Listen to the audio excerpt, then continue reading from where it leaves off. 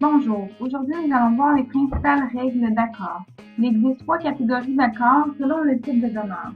Il y a les accords dans le groupe non, les accords qui sont régis par le sujet, ainsi que les accords régis par les compléments directs du verbe. Règle numéro 1. Les accords dans le groupe nominal.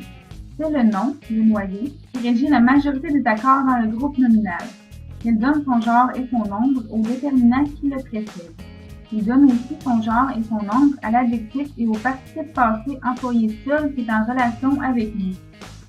Par exemple, si je dis « la jolie couronne verte », le nom couronne, qui est un nom féminin, donne son genre et son nombre, qui est singulier, au déterminant « la » et aux adjectifs « jolie » et « verte ».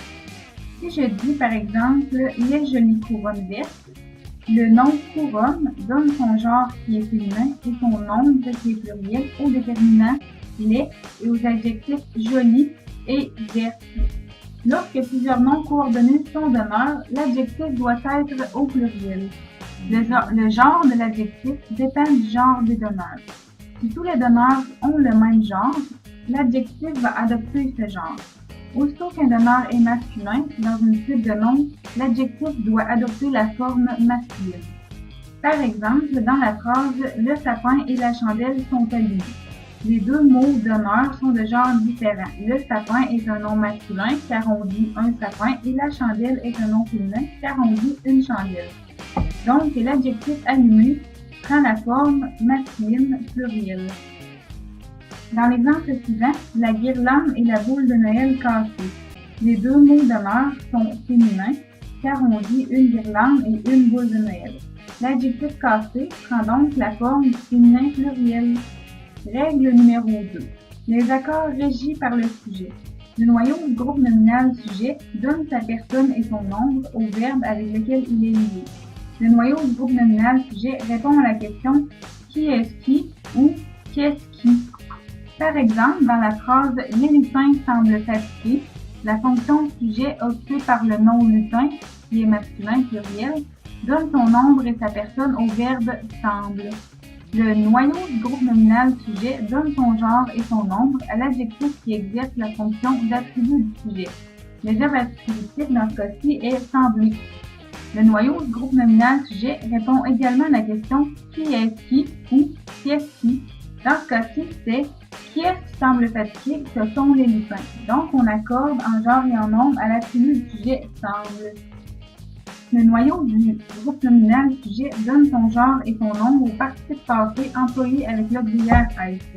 Par exemple, dans la phrase « les lutins sont restés au pôle Nord », la fonction sujet occupée par le mot lutin est masculin pluriel, donc on donne son genre et son nombre au participe passé qui est resté. Le genre de l'attribut ou du participe passé dépend du genre des éléments constituant le groupe sujet. Aussitôt qu'un nom est masculin dans un groupe nominal sujet contenant plusieurs éléments, l'attribut ou le participe passé sera à la forme masculine. Par exemple, la fée des glaces, la mère Noël et le Père Noël aiment donner des cadeaux. Père Noël est à la troisième personne du singulier, donc la phrase on la reste masculine. La fée des glaces, la mère Noël et le Père Noël sont fatigués, ainsi que la fée des glaces, la mère Noël et le Père Noël sont perdus. Ce sont deux phrases dont l'attribut fatigué et le participe passé perdu sont au masculin. Puisque dans le groupe nominal sujet constitué de plusieurs noms, le nom Père Noël détermine le genre qui est donné au mot receveur.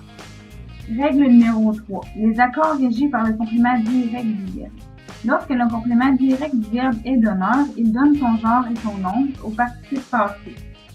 C'est possible lorsque le participe passé est employé avec l'auxiliaire avoir, le verbe composé contenant l'auxiliaire avoir et le participe passé donne lieu à un complément direct du verbe, ou que le complément direct est placé avant le participe passé employé avec l'auxiliaire avoir. Par exemple, dans la phrase suivante, Bruno a mangé toutes les cannes en bonbons que sa mère avait achetées. Dans cet exemple, il y a un premier participe passé employé avec l'auxiliaire avoir, qui est mangé. Il ne s'accorde pas parce que le complément direct, qui est canne, est placé après le verbe. Bruno a mangé quoi? Toutes les cannes. Canne est placé après le verbe qui est mangé, donc il reste invariable. created using Powtoon.